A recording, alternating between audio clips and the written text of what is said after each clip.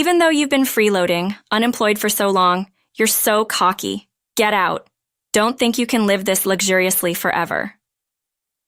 As I lifted my face from the laptop I had been working on at the dining table, a sharp pain shot through my neck. Ouch, that's hot, I cried out, turning around to find my mocking mother-in-law holding a hair iron. I remembered she had been preparing to go out in the washroom earlier. Now she was pressing that hair iron against my neck. So even a parasite like you feels heat. I was just testing how thick-skinned you are. You're completely useless, yet you live such a luxurious life. But I do work hard. Why are you treating me so terribly? You call that working? Staying at home and being lazy is not a job. It's about time you stop leeching off us. However, the real parasites were my husband and mother-in-law. I was the one paying the $5,000 rent, living expenses, and allowances for both of them. Despite that, I wondered why I had to endure such treatment. I've reached my limit. Leave this house immediately. Who knows what I might do next? Just to be clear, you really want me to leave? Once I go, I'll never come back to this place, you know. Yes, please do. I never want to take care of someone as poor as you again. I had become indifferent to such a home and family. Tears mixed with frustration and pain in my neck. I packed my belongings without looking back and left my in-laws' house for good. My name is Kelly, 35 years old. It has been 2 years since I got married. Even before marriage, I had been working from home as a freelance writer. After graduating from college and working in a company, I had to quit and return to my parents' home when my father had an accident. I couldn't let my mother, who had difficulty walking, take care of my father alone. That's when I started looking for a job I could do from home. I began as a freelance writer with simple internet-related tasks. As my father recovered and I found more time, I gradually took on more work. It turned out I was quite suited for writing, and my income steadily increased. My articles were well received by readers, leading to direct contract offers. Before I knew it, I was earning more than I did as a company employee. During this time, I attended a reunion with my college circle friends. Hey, isn't that Kelly? Long time no see, someone called out to me. There, I met Ben again, who would later become my husband. 2 years my junior in college, Ben was always the life of the party, known for his quick decision-making and energetic personality. After graduation, he worked for a renowned foreign company. We didn't interact much during college, but that day, we talked in depth for the first time. Perhaps because our personalities were so different, our conversation never ran dry. After meeting a few times, we naturally started dating. Hey, I really like foreign fashion accessories. My dream is to open a select shop that deals only with my favorites. In fact, I've already started preparing for it. Ben shared his future dreams with me. I enjoyed listening to him. His mature intellect combined with a childlike curiosity made his stories seem achievable. Even a reserved person like me felt exhilarated just by listening. So, I was genuinely happy when he proposed. A turning point came about a year after we got married. My father-in-law passed away suddenly. It was an unexpected death. Kelly, would you mind living with my mom for a while? My husband asked. Due to his father's job, his parents had been living in a luxury apartment for several years. But after his death, it was difficult to continue paying the high rent. Mom is still struggling to accept his sudden passing. She wants to stay there a bit longer, but the lease still has about a year left. Could we stay for that period? Indeed, it must be hard for your mother to move so soon after your father's passing. We can't leave her alone. Don't worry about the rent. Mom and I will cover it. But since it's expensive, could you help with the living expenses until my father's inheritance arrives? It's fine. No problem. It's a bit on the expensive side, but it's only for a year after all. Even though I had no interest in fashion or luxury goods, I was intrigued by what the interior of a luxury apartment might look like. At that time, I underestimated what it would be like to live with my mother-in-law. Little did I know it was the beginning of my hardships. From the first meeting, it was clear my mother-in-law didn't like me. When we went to announce our marriage, she said, "Of all people, Ben had to choose an older woman. How did you seduce him?" I felt looked down upon. Thankfully, my father-in-law intervened then, but now he was gone. From the day we started living together, my mother-in-law made her intentions clear. I still don't accept you as Ben's spouse. Hearing this, my spirit, already trying to support my tired mother-in-law, began to break. The next day, from my appearance to household chores, I continuously received petty complaints and sarcasm. Kelly, even if you're indoors, stop dressing so sloppily. Do you realize where you are? Always be ready for guests. Dress properly. Huh? This isn't my loungewear, though. What? That's not loungewear. Jeans are not acceptable. Wear a skirt at the very least. Always have your makeup done before breakfast. Is this the high-end lifestyle? I wondered, but obediently responded with, yes. In the evening, did you buy these ingredients from that store? How can you make such a poor meal with ingredients from there? It was from a nearby luxury supermarket. I'm sorry. Did it not suit your taste? Mary, it's just a simple salad. Ben likes it, so I often make it. But yes, that supermarket is quite expensive. My goodness, how embarrassing. Act in a way that doesn't bring shame to our family. You never know who's watching. She sighed deeply, shaking her head in disappointment. At that moment, I made a firm vow to myself. I would do everything in my power to be recognized by my mother-in-law. From grooming to cooking skills, I worked hard every day. However, her critical eyes never softened. Initially, I took her sarcasm and cold words lightly, but they gradually began to feel crushing. I felt invalidated, powerless. I wanted to confide in Ben, but our life together had changed. We used to enjoy our time as a couple daily, but since moving in, our opportunities to see each other had decreased. Sorry, I've been really busy with work lately, he said tiredly, making me feel unable to speak my mind. But being human, I have my limits. I felt the need to share my stress with Ben. Hey, I have something to discuss. Oh, I actually have something to talk to you about too. I quit my job 3 months ago.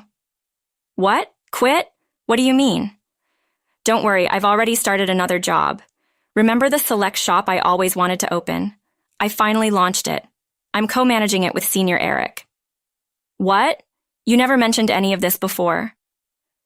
Senior Eric was a widely respected figure in our university circle, admired for his leadership and charisma. He had combined creativity and business sense, successfully developing and selling a game map in college and starting a startup with friends, showcasing his talents. I believed there was no doubt about his ability as a business partner. I had heard rumors of his recent success in web design. Ben, in his usual gentle tone but looking slightly guilty, said, I didn't want to worry you or Mom. I'll work harder from now on. Will you support me? I was moved by his words, yet hesitant. I'll support you. But then Ben brought up an unexpected request. Thanks. So about the rent for this house. Can you cover all of it? I felt a mix of surprise and confusion. What? But weren't you and your mother supposed to split the rent? It's impossible for me to pay it all by myself, especially since I'm already covering the living expenses. My heart was filled with anxiety. Ben looked at me earnestly and pleaded, Please, Kelly, this has always been my dream. It's taking longer than expected to turn a profit. That's why I want to invest more in advertising. I'll definitely get this business on track before we leave here. I need your help to do that. Moved by his passion and earnestness, I couldn't refuse. I could afford the rent with my income, and fortunately, we had some savings. More importantly, I had never forgotten the day I chose to marry him, sharing and empathizing with his dreams and passion. If you say so, I understand, but only until the lease on this rental ends. Also, I want to know more about the store you're running. Of course. Thank you, Kelly, Ben said, and showed me the website of his select shop. I was impressed by its charm. Is there anything I can help with? I offered, but Ben firmly declined. I want you to focus on your work, and please don't tell my mother about this. I don't want to worry her unnecessarily with this new development. Thoughts of my mother-in-law completely left my mind. I wholeheartedly wanted to support Ben's business, but the amount I had to pay each month only increased. Gradually, managing the entire household budget, financially aiding my husband, and even giving an allowance to my mother-in-law became my responsibility. My only wish was for the rental contract to end quickly. Kelly, could you put off your computer work for a bit and do some cleaning? Since you're staying here, you should be more proactive with the household chores, my mother-in-law said. I hurriedly replied, "Oh, I'm sorry, Mother. I'll start as soon as I finish this job." "This is your job?" "In effect, excuses. Get it done quickly. We have guests coming this afternoon. After you're done cleaning, please leave the house." My relationship with my unaware mother-in-law remained unchanged over time. Since we started living together, and on days when she had guests, I always had to leave the house after finishing the cleaning. It seemed I was bothering her. Fortunately, I could work anywhere with my laptop, which was a small consolation. However, that day held a different outcome. When I returned home in the evening, my mother-in-law, looking satisfied, greeted me with, "Welcome back. I tidied up your room." Confused, I rushed to my office. The room was indeed tidied, but rather my belongings were organized. I don't own many things, but in the center of the room were a large suitcase and 2 duffel bags. "What does this mean, Mother?" I asked. "This room was initially prepared for guests. I can't accept someone with your lack of housekeeping skills using it. If you want to use this room, you'll have to pay an appropriate fee. If you don't like that, leave immediately. Don't expect to live luxuriously here for free," she declared. I swallowed my words. Why must I endure such treatment? As I silently bowed my head, my mother-in-law said with satisfaction, "I'll say it again, I don't accept you as Ben's wife." With that, she huffed and returned to the living room. Tears welled up in my eyes from frustration. I tried to contact Ben, but he didn't answer his phone. After I messaged him about the incident, he replied, "Please bear with it a little longer." Unable to contain my anger, I poured out everything to Ben when he returned late at night. "Just hold on a little longer. I'm stressed with work too. Don't worry about my mother. It's just a bit more endurance," he said. "I'm paying the full rent, and now she wants me to pay for my room too." "I can't tolerate her unreasonable demands any longer," I protested. After hearing this, Ben hurriedly tried to calm me. "I'm really sorry. I'll talk to her. Once we leave here, you won't have to see her again. Please just bear with it for a little while longer," he pleaded.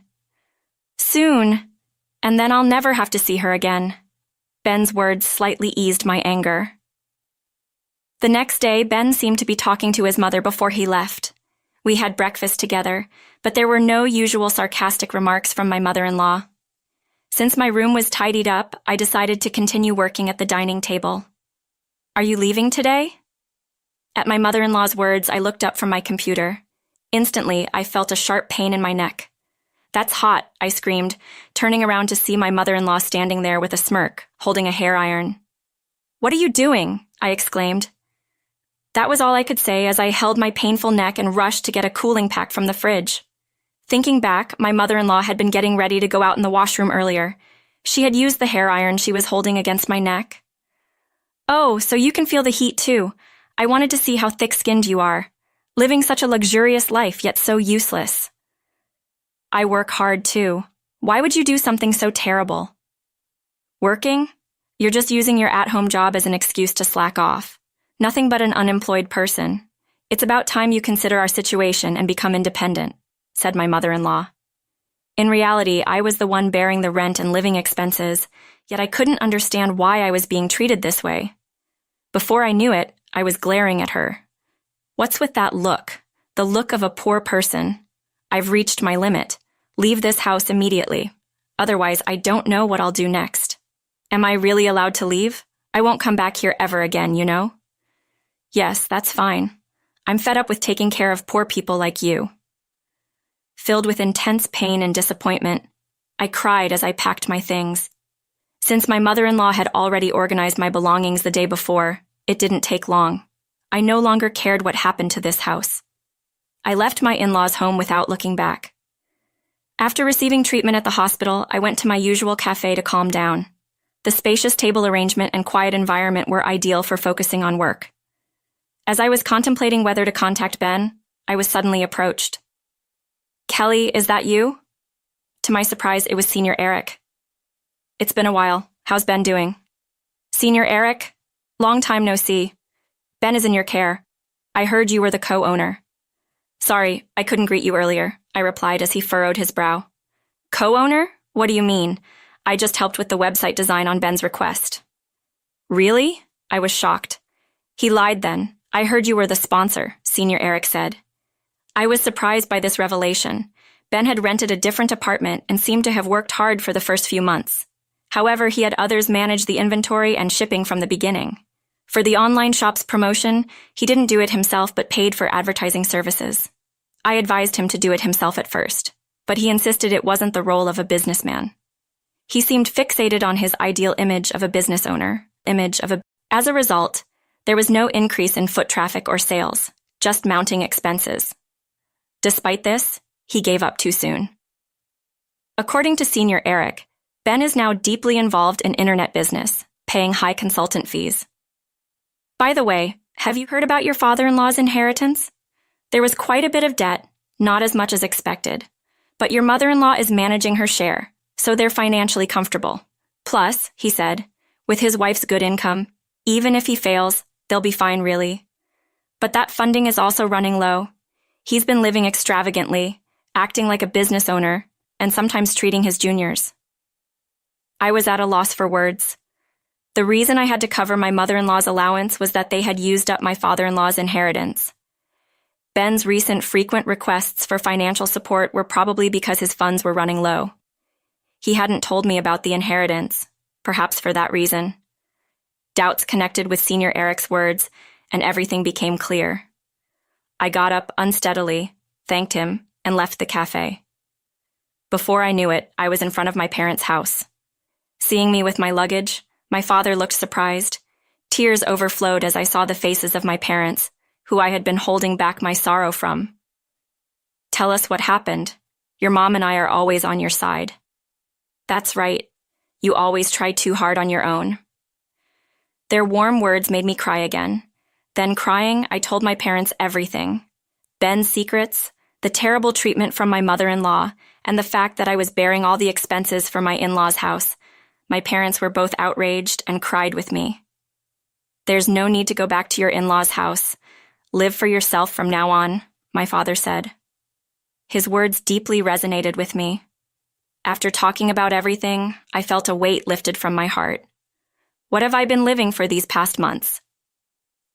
The only message from Ben was a short one asking, "Where are you now?" After that, I received several similar messages. After ignoring several similar messages, his attempts to contact me stopped altogether.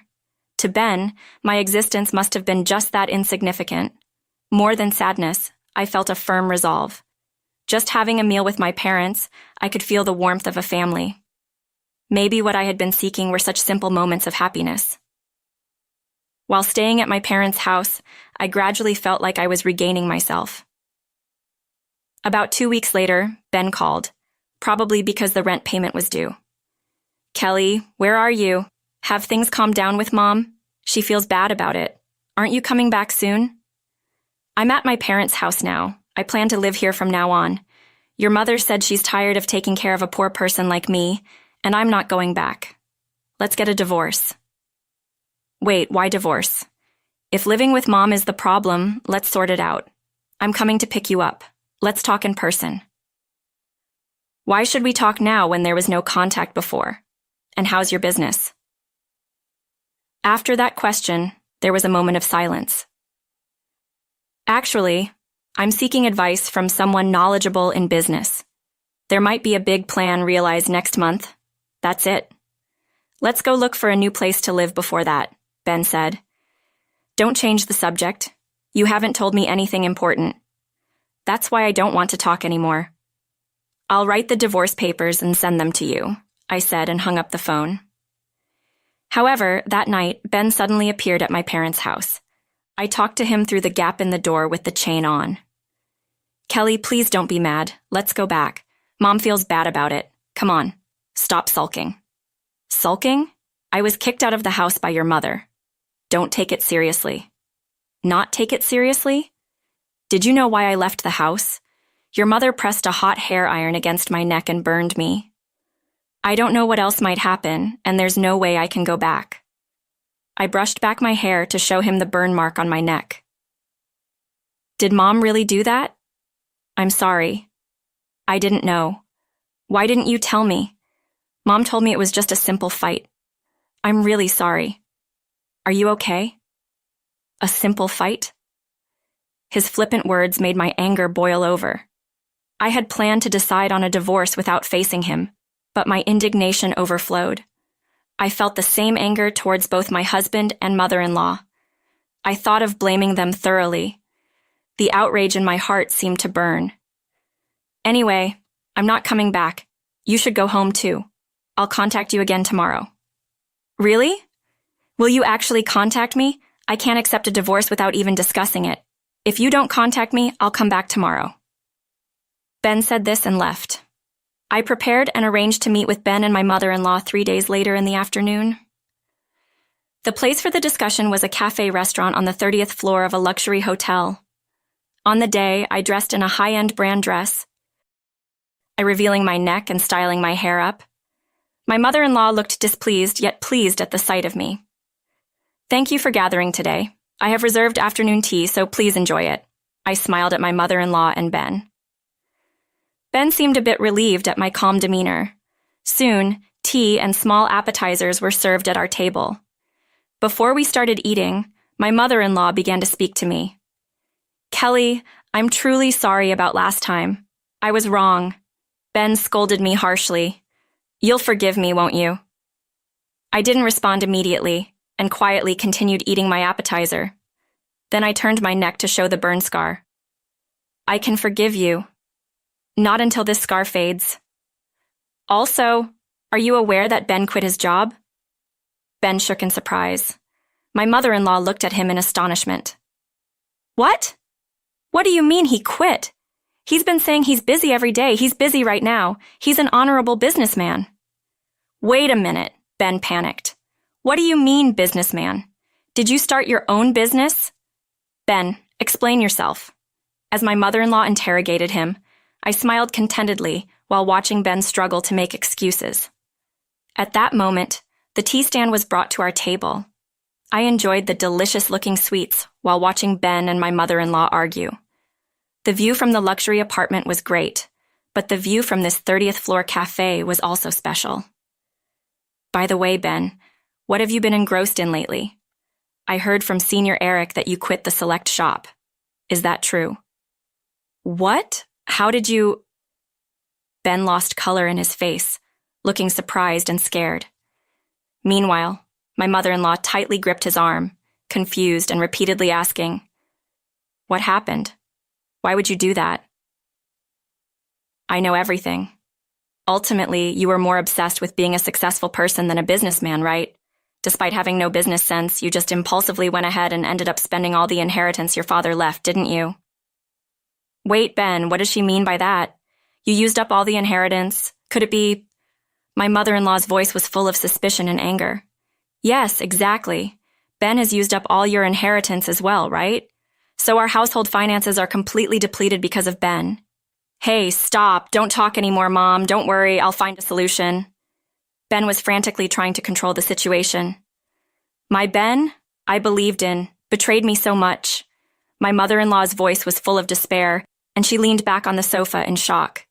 Her expression was clouded with despair, and she seemed unable to say anything more.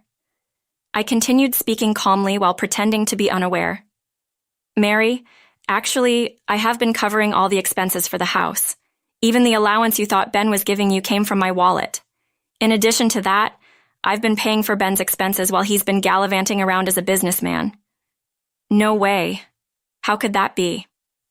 Don't worry, Mom. With Kelly's income, we'll manage. Ben's true intentions were revealed. Don't joke. I heard you're getting into another business. We're already at the bottom, spending money and just playing around. Stop it now. My words were a bit harsh, but in that situation, it couldn't be helped. The cafe fell silent, filled with a heavy atmosphere. I finished the tea left in my cup in one gulp and declared, I can no longer take care of you two who are now penniless.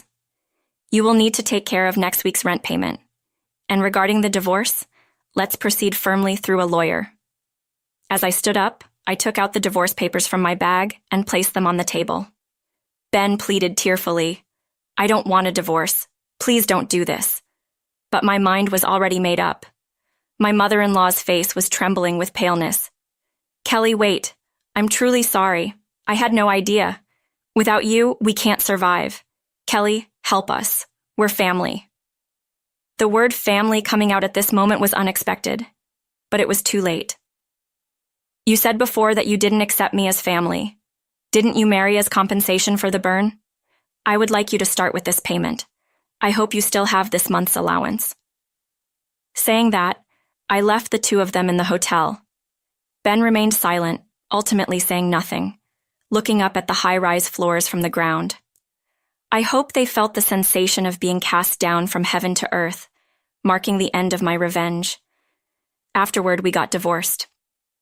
Ben resisted at first, but when I threatened to report my mother-in-law to the police, he quickly relented. I thought I couldn't forgive my mother-in-law, but her disappearance from my sight would erase her from my memory. As long as they stay out of my life, that's enough. For that reason, I demanded a substantial amount from Ben for emotional distress. Later, they apparently moved to a cramped apartment. However, the relationship between my wasteful ex-husband and betrayed mother-in-law seems strained. Aiming for independence, and my once arrogant mother-in-law is now reportedly doing part-time cleaning work. I couldn't help but laugh at the thought of that scene. Currently, Ben is struggling with debt and working multiple part-time jobs at night.